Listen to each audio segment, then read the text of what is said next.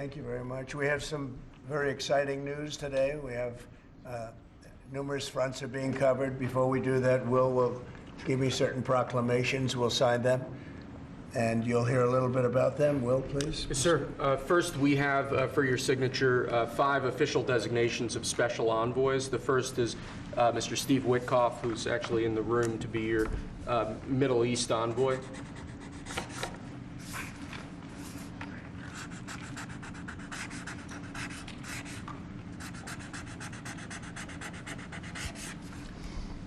Where is Steve?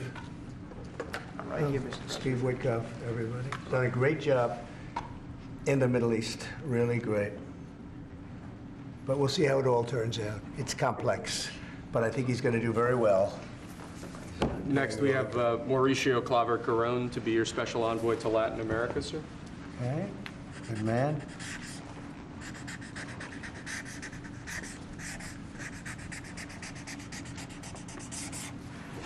Okay. Thank you, sir. Next, we have retired General Keith Kellogg to be your special envoy on Russian-Ukraine issues. We've made a lot of progress on Russia, Ukraine. We'll see what happens, but a lot of progress has been made. We're going to stop that ridiculous war.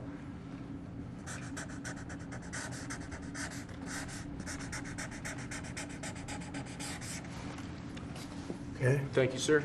Next, we have designation of Rick Grinnell, to be your envoy for special missions. I sent him to California to turn on the water. We turned it on. It was not easy because we had to go through a lot of environmentalists that are causing a lot of problems, and we have billions of gallons of water. It was on 3 days ago. You probably saw. It should have gotten a lot of press, but it didn't get much. All we're doing is giving Los Angeles and the entire state of California virtually unlimited water, which they could have done 5 years ago, which I told them they should do, but the environmentalists stopped them. And we opened it, and we did it regardless of the state. And now the state seems to be very happy. I spoke with Gavin Newsom, and he's very happy. I almost called him by the other name, didn't I? My little nickname for him. But I think they're all happy. They have a lot of water in California. Too bad we didn't have it about 2 months ago, right? Mr. President, that was, by the way, that was a big move. We have, I don't know if you saw the pictures that were released of the water pouring down from the Pacific Northwest and Canada and lots of other places. And it's a pretty amazing sight. Mr. President, Rick Grinnell had a big Friday trip as well. He had a very big Friday trip. You're right. We'll talk about that. He's a good man, Rick. Lastly, sir, we have a designation of Mark Burnett as your special envoy to the United Kingdom. You know who Mark Burnett is? I figure he should be good. He's certainly done a great job. A friend of mine and very talented guy. We have very talented people working for us. I'll hold that one up because Mark gets so much television. We'll hold it up, right? He'll be thrilled to see it. He's going to do a good job. Thank you, sir. Next, your administration has smashed records for appointing large numbers of highly qualified, capable people at all levels of the federal government. These are 28 sub-cabinet level officials being appointed to a number of different departments and agencies. Some of them are quite important positions like departmental general counsels, but these are people who have been pre-vetted and have received your approval previously. Very good.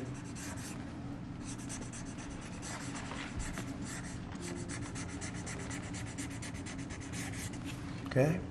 Thank you, sir. Next, this is an executive order. This charges your Secretary of the Treasury, Scott Bessent, and your Secretary of Commerce, Howard Lutnick, to begin a process that will hopefully result in the creation of an American sovereign wealth fund.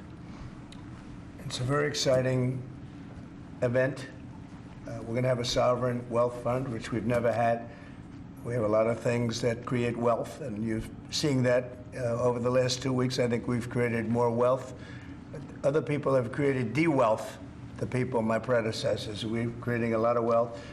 Scott, maybe you'd like to say something about it, and I'd ask also Howard to say something about it.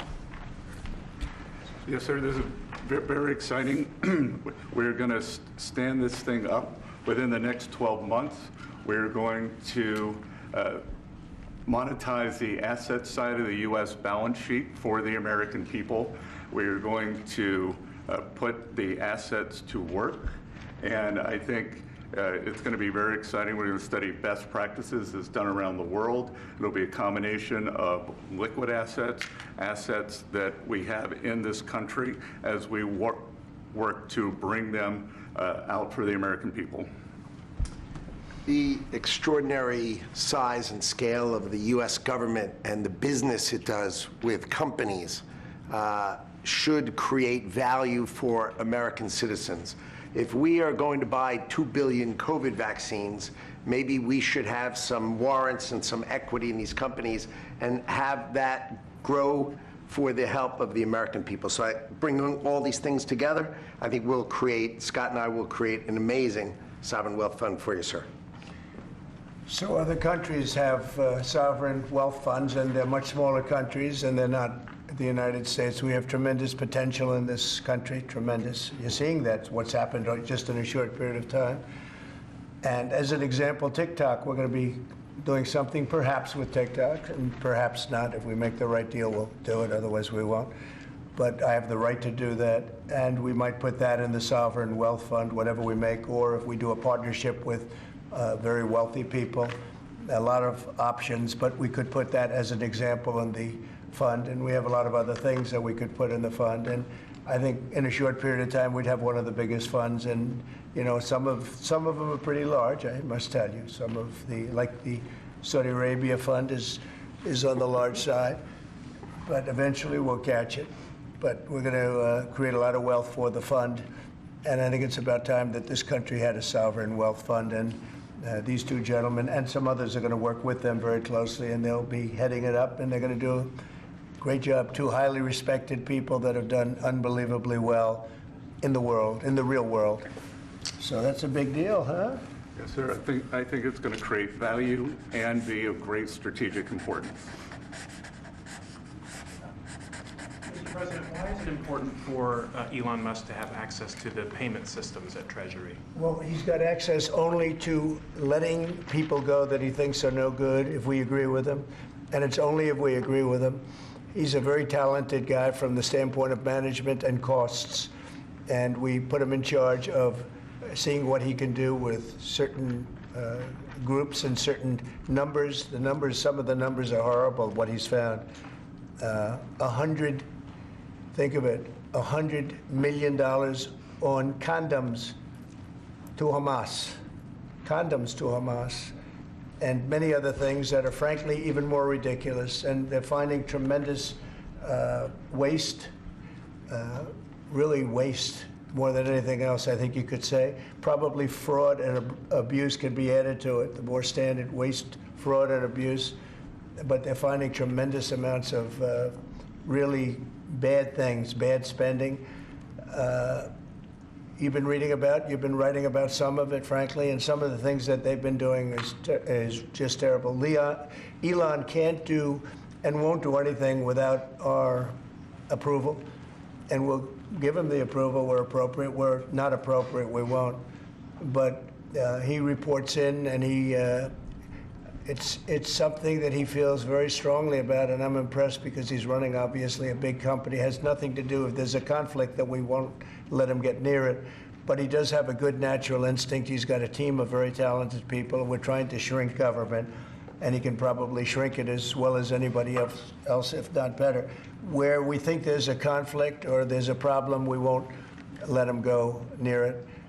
But he has some very good ideas, and we have a lot of other talented people also. We're bringing in the most talented people in the world. By the way, we just unrelated, but we have two of the most talented people in the world, the legendary Rupert Murdoch and Larry Ellison. So they are two legends in business, publishing, and probably every other. Rupert is Larry pretty much in a class by himself, right? I mean, although you may have a couple of bucks more, I don't know, but Rupert is in a class by himself. He's an amazing guy, and Larry is Larry. Larry's one of the most serious players anywhere in the world. So it's an honor to have you. This has nothing to do with you people, but they're here, and I thought it would be appropriate. I'm sure you didn't recognize them. They're all going crazy. They say, what are they doing here? Thank you, sir. Mr. President, on Elon Musk. Is there any chance that Canada or China could also get out of the tariffs after you struck a deal with Mexico today? Nobody was out with Mexico. We had a great talk with Mexico, and we had President Sheinbaum is a woman. I like her very much, and we've had good relationships, but we have to stop fentanyl from coming in, whether I like somebody or not, and we have to stop the illegal aliens from coming in. I think we've lost 200,000 people on average a year for many years, much higher than the 100,000, could be even closer to 300,000. And they've agreed to put in 10,000 soldiers permanently, like forever, 10,000 soldiers at their side of the border and stop fentanyl and illegal aliens from coming into our country. They have a big incentive to do. Other than that, we've agreed to talk and consider various other things. We haven't agreed on tariffs yet, and maybe we will, maybe we won't.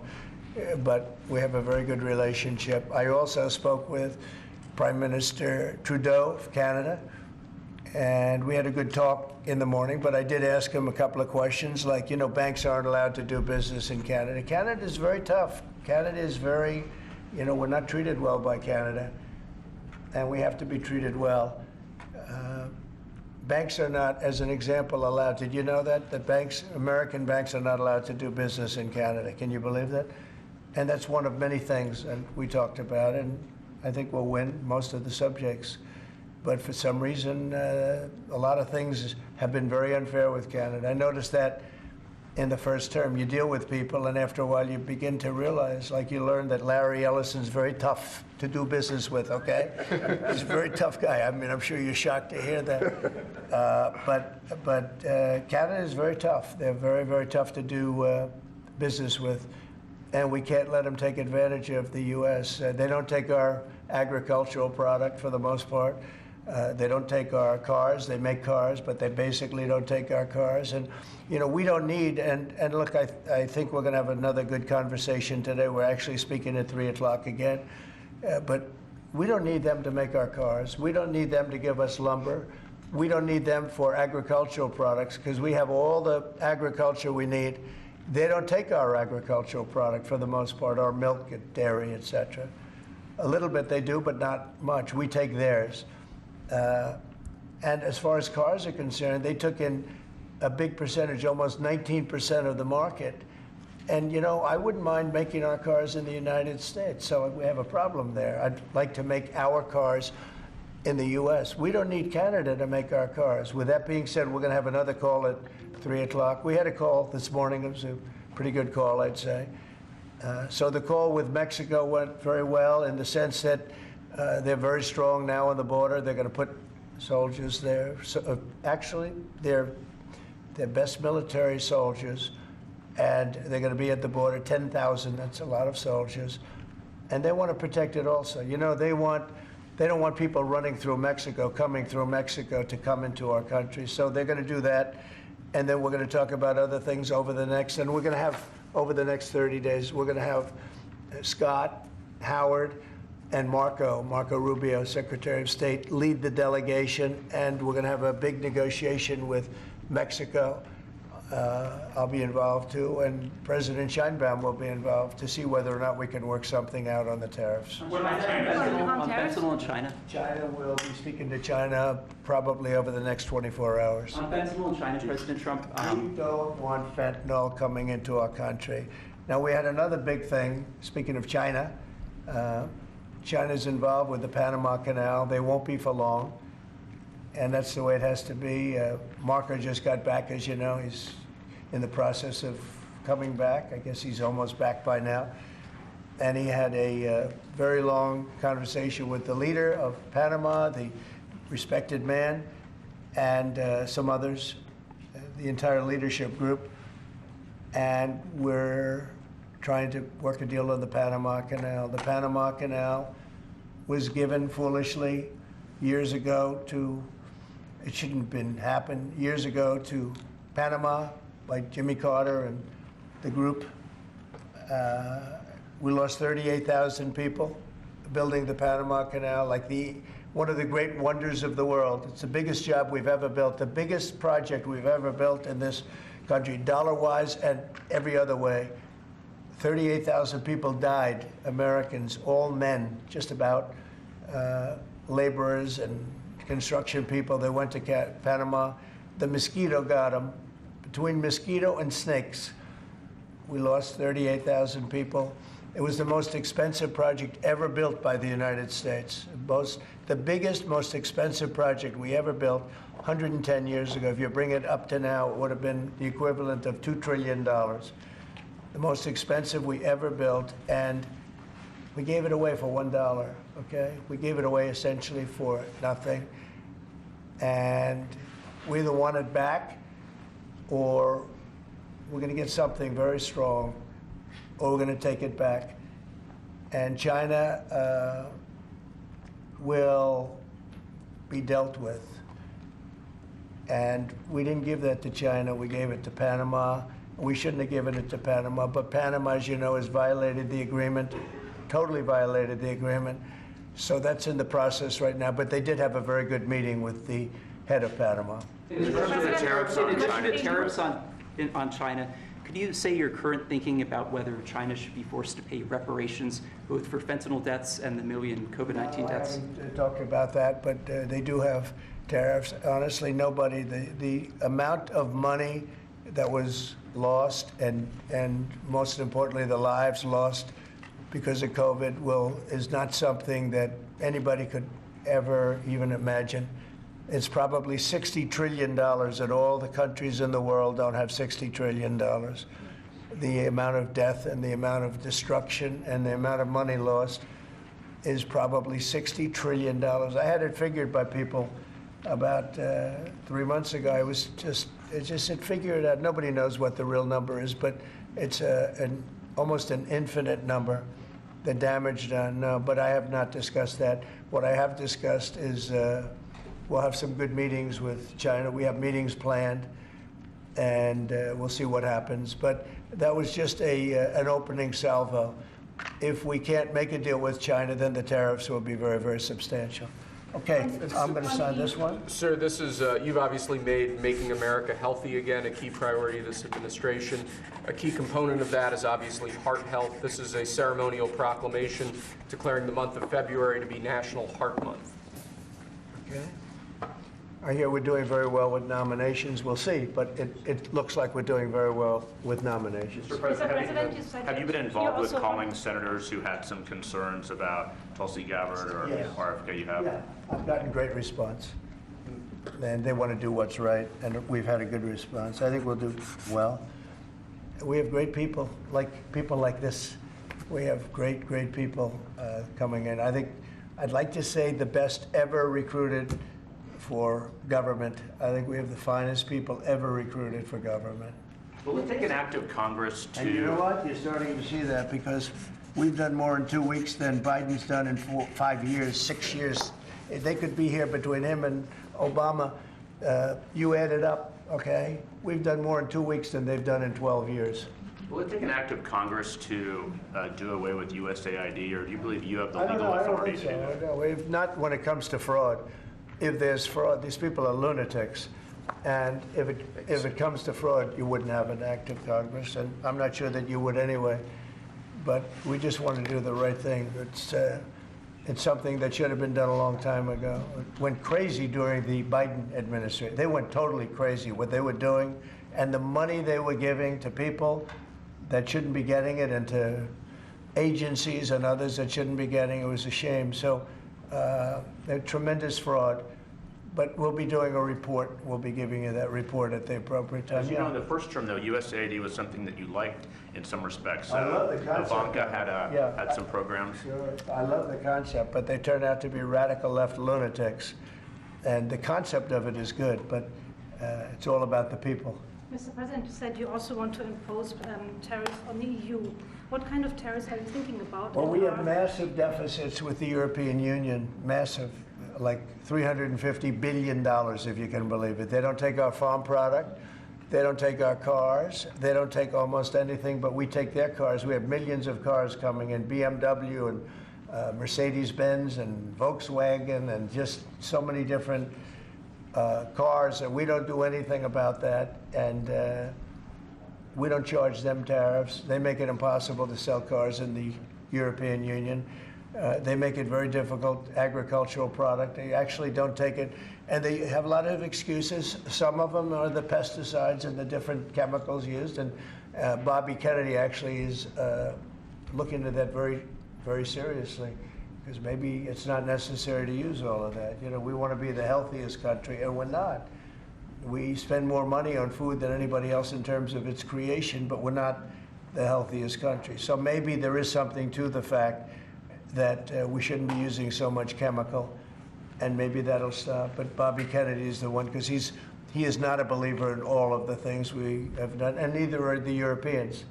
So we'll see what happens. But they use it as an excuse not to buy our product. And I asked a couple of the leaders, I don't want to use names, but how many Chevrolets or Fords do you see in the middle of Munich? And the answer is none, because they don't take any cars. They don't take anything. So the European has abused the United States for years, and they can't do that. And they want to make a deal. Let me tell you, in all cases, they all want to make deals. There's nobody that doesn't want to make deals. They've been abusers, and they want to make deals. So we'll see about that. But we'll have, I think, some very fair. All we want is a fair deal. And you know, there's a word, reciprocal. I'd go right now, reciprocal tariffs on everybody, because many of the countries that you feel so horrible about, the way they're being treated by Trump, you're saying, oh, President Trump is so terrible to them. Well, they charge us tariffs. European Union has a VAT tax, which is through the roof, okay? It's a similar thing, similar to a tariff. It's a VAT. And they have it, and it's numbers like you wouldn't believe. And Canada, I told you about the banks, and I told you they charge us. And people don't say that. They don't like to say it. Just like they don't like to say that I opened up the water for California. It's a great thing. It's too bad they didn't do it themselves. I had to do it, and it was not easy. We did it a very rough way, and I didn't like to do it a rough way. We shouldn't have to do it a rough way. But a lot of these countries that we're talking about, you know, they're so-called allies, but they don't treat us well. And just like I got $420 billion, and now it's actually over $600 billion. The Secretary General of NATO came in 2 weeks ago, and he said it was a miracle when Trump came in, when President Trump came into NATO. He said it was $636 billion by saying to them, no, you have to pay. And if you don't pay, we're not going to be there for you. You know, somebody has to say it, and they paid. And it was a large amount of money. And one of the problems we have with the Russia-Ukraine situation is that we wanted to see some equalization, because we're in for close to $300 billion, and they're in for $200 billion less. Why are they in for less? Because Biden never asked them for money. He never said, you got to pay. He never did. All he did is hand out money. So we're talking with them right now, and we're actually working some deals right now, so we have some guarantees and some other things to keep that whole situation to go, really going. I mean, going. We're telling Ukraine they have very valuable rare earth. We want what we put up to go in terms of a guarantee. We want a guarantee. We're handing them money hand over fist. We're giving them equipment. European is not keeping up with us. They should equalize. And look, we have an ocean in between. They don't. It's more important for them than it is for us. But they're way below us in terms of money. And they should be paying at least equal. They should really be paying much more than us. But let's say equal to us. And they're billions and billions of dollars below. So we're looking to do a deal with Ukraine where they're going to secure what we're giving them with their rare earth and other things. Mr. President, in terms of the deal with Mexico this morning, was that partially related to the market reaction and the criticism from Mr. Murdoch's own newspaper? He called it the dumbest trade war on the editorial page on Saturday. I'm going to have to talk to him about Is this market reaction or concern about... I've been right over the Wall Street Journal many times, I will tell you. I don't agree with him on some things. No, it's not only is it not them. You're going to see. You're going to see. Every single one of those countries is dying to make a deal. You know why? Because they're ripping us off really badly. And the United States is tired of just being ripped off. And that's why we have $36 trillion in debt. We have it for a reason, because we make bad deals with everybody. And we don't allow that anymore. So the Wall Street Journal is wrong, because very simply, every single country that you're writing about right now is dying to make a deal, because the deals they have right now are so good, and so good for them, and so profitable for them. You didn't know that Canada didn't allow our banks. You didn't know all of these different things.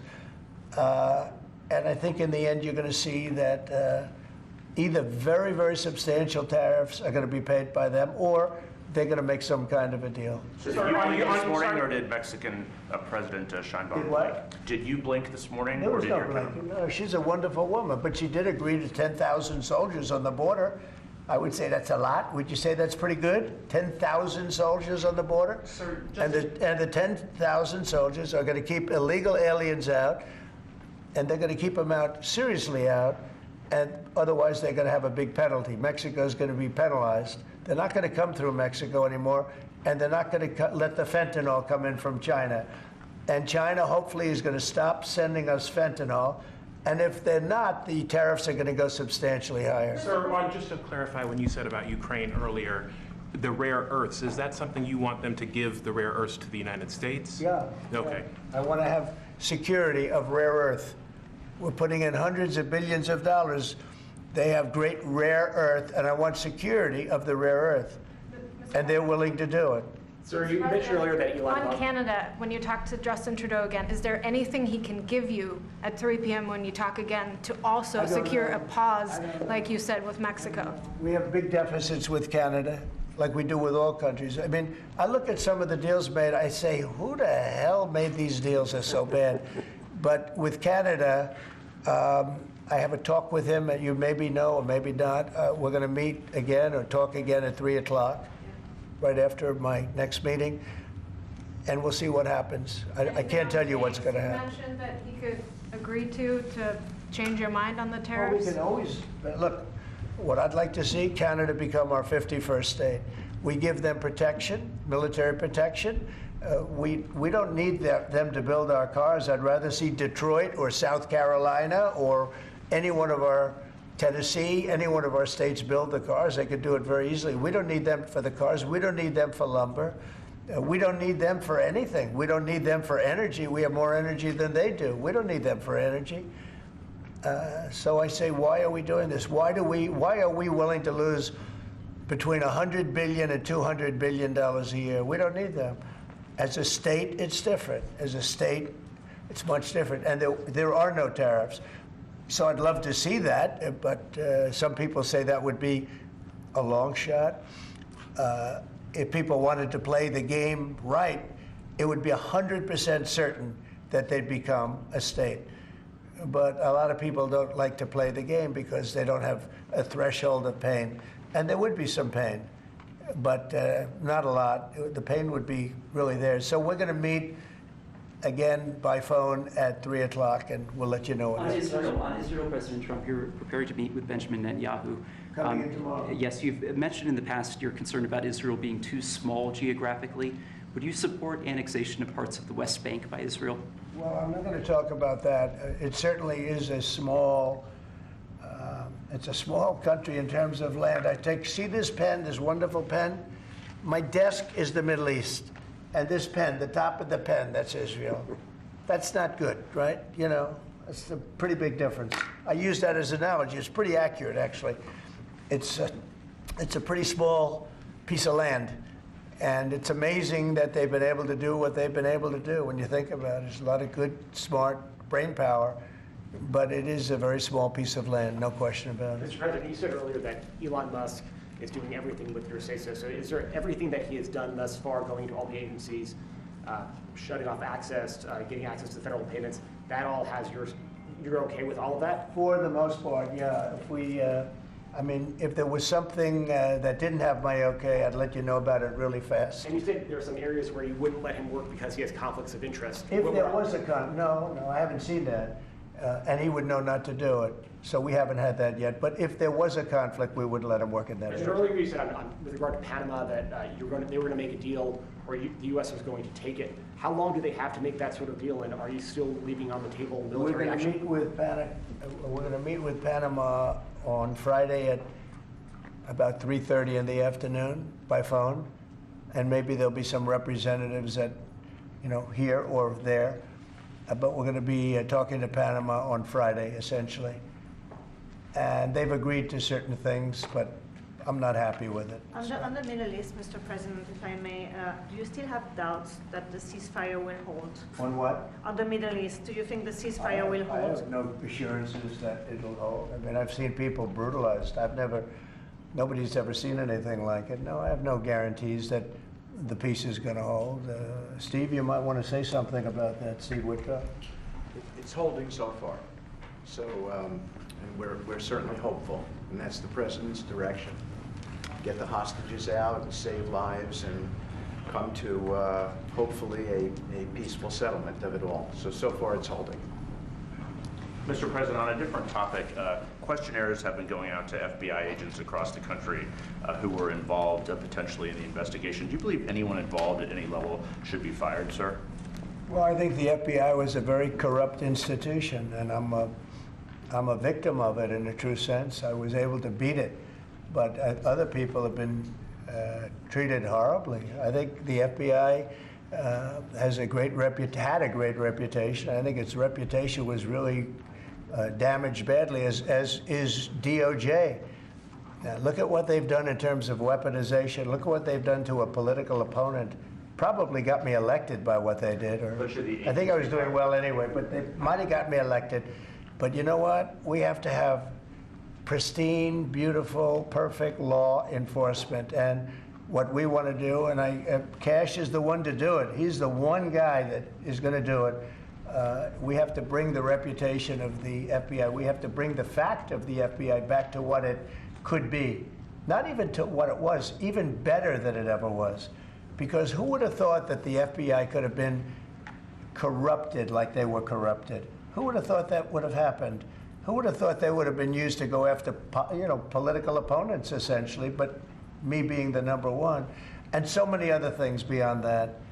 And they've been hurt very badly, and we'll see what happens. But Cash is the one to do it, and I hear he's doing very well. Cash will straighten it out. We have great confidence that we can make the FBI great again. Mr. President, what do you think? One or two more. Tulsi Gabbard's nomination is Say it? Tulsi Gabbard for intelligence. I think Tulsi's going to be doing okay. I can't guarantee anything, but she's liked by so many people, especially people in the military and law enforcement. She has a little bit of trouble with some senators over her thoughts on Edward Snowden. I know Snowden, you've mentioned in the past you're thinking about pardoning him. Are you still, and what do you think about that criticism No, I of her? don't talk about it right now. I just, people feel very differently. Some people think he should be pardoned, and some people think it would be a terrible thing to do. But I don't get involved in that. Mr. President, what are you discussing with Mr. Murdoch and Mr. Ellison here today? Just respect. I have great respect for Rupert Murdoch. I disagree with him a lot of times with the Wall Street Journal, but that's all right. We've disagreed before, and I'm sure they didn't have any idea what they were talking about, because already you see what's happening. Look at Colombia. Look at what happened with that. Everybody said that with Colombia it was going to be a disaster. In 1 hour, everything was settled. You know why? Tariffs. Tariffs. Without tariffs, they wouldn't have been the same way. They would not have treated me the way they treated me, which was extremely nicely. And I don't want to use countries, I don't want to use names, but tariffs are very powerful, both economically and in getting everything else you want. Tariffs for us, nobody can compete with us because we're the pot of gold. But if we don't keep winning and keep doing well, we won't be the pot of gold, and then tariffs won't be so good for us. But when you're the pot of gold, the tariffs are very good. They're very powerful, and they're going to make our country very rich again. Thank you very much, everybody. Thank you, Press. How's the market today? Do you think it responded well? Thank you, Press. Thank you, guys. Let's go.